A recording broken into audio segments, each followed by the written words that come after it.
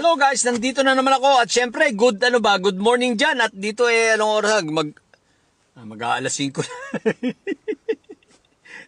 Medyo batas pa rin tirik ng araw. Anyway guys, eto sa mga didilis mananawagan tayo ngayon mga didilis ipagdasal niyo na po si Sayad. No? Ipagdasal nyo sapagkat kakwentuhan ko ang ating puting kabayo, no? Mga didilis, ipagdasal nyo si Sayad. Aba, alam nyo kung bakit? Aba, ay hindi na makapagkakain. Namamayat na si Sayad. Hindi na makapagkakain. Seryoso ito ha. Ang sabi ng puting kabayo, wala nang ganang magkakain masyado at madalas malipasan ngayon ng gutom sa kaiisip. No? Baka sa kaiisip ni Inday Sayad baka masiraan ang ulo. May saltik pa naman yon. May sayad yun, baka matuluyan. Sabagay, okay lang naman. Dati pa namang meron ng sayad yun. Kaya lang, baka matrigger, no? Dahil nalilipasan na ng gutom at nangangayayat na, no? Sa kaiisip, sapagkat hindi niya talaga alam kung paano nila malulusutan. Kumuha ng mga pagkagaling-galing ng mga abogado, pero mukhang hindi niya makakayanang malusutan itong impeachment. Ang pangalawa pa, dumagdag pa ito sa isipin ni Inday Sayad, no? Sapagkat ramdam niya na aakyat sa Senado at magiging articles of impeachment ang mga isinampa sa kanyang mga complaints, no? Impeachment complaints. Aba, siya, natataranta na rin at maging ang sa Senado ngayon ay walang kasiguruhan siya. Bakit? Isipin mo ha, ilan na wala na yung si Bato, so wawalo na. Wawalo na ron ha, ang nasa Senado 15 ang solid ngayon na sabi natin 15 ang nasa majority. Malamang-lamang dyan, may isa na talagang siguradong nangungurumbiste na, ito si Bongo. Nangungurumbiste na si Bongo, alalahanin natin ha. Tulad yan ang sinasabi ko, dati pa, noon pa, di ba? Na itong si Bongo, aside from may sariling interest pampolitika, no, medyo may galit talaga ang katotohanan, may galit ito kay Sayad. Dahil nga sa ginagawa, nakadagdag dati nang may galit, dati na silang may conflict ni Inday Sayad, nakadagdag pa itong pang-aapi ni Sayad sa kanyang best friend na si Hanilet, no? Nakadagdag pa ito. Dahil sa pang-aapi ni Sayad kay Hanilet, so sumasama ang loob nitong si Bongo. Ngayon, malamang-lamang, baka ito ay bumaligtad na sa impeachment. Higit sa lahat, baka hindi lang yun ang bumaligtad kapag naramdaman nitong mga senador yung tinatawag na public pressure. Huwag nating kakalimutan, alalahanin natin nung panahon ni Erap. Bakit si Erap ay napilitang mag-resign?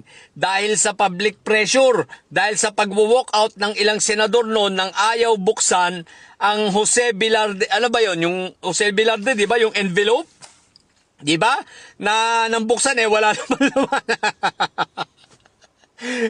So nung ayaw buksan, nag-amok ang taong bayan, lumabas, no? Dahil talagang gusto nilang makita ang ebidensya. Lumabas ang taong bayan. Na-pressure ngayon itong si Erap at bumaba, di ba? At bakit?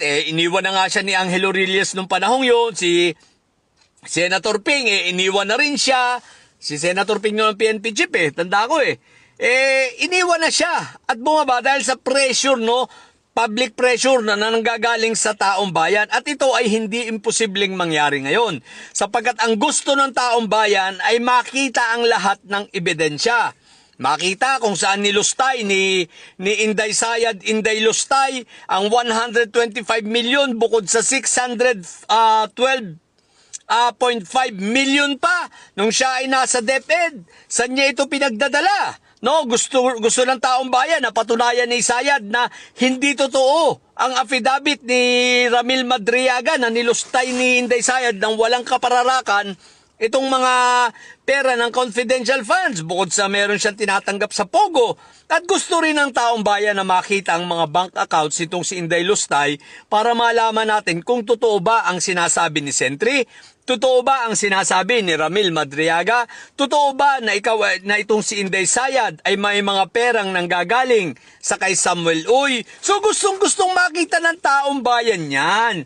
Diba? At gusto rin namin ng kasagutan kung bakit itong si Inday Sayad ay nagsasalita at kumuha ng assassin para patayin si President PBBM, si First Lady Lisa Marcos, at saka itong si Congressman Martin Romualdez, na kung siya daw ay madededo, kahit siya ay matalapid man lang, mabagok ang ulo o kaya ay matinik sa lalamunan at hindi na makahinga at siya'y namatay, may papatay sa tatlong ito. Ganyang kasira ulo yan si Sayad gustong malaman ng taong bayan, sino ba yung assassin mo? Kaya mga didilis, magdasal na kayo. Tulungan yung ipagdasal si Sayad dahil baka ito ay matuluyan, masiraan ito ng ulo at makita na lang natin na ito ay pag-alagala na sa lansangan at taong grasa na. So tulungan ninyo. Tulungan ninyo sapagat hindi na nagkakakain, pumapayat na. Hindi nyo ba napapansin? Pumapayat na si Sayad.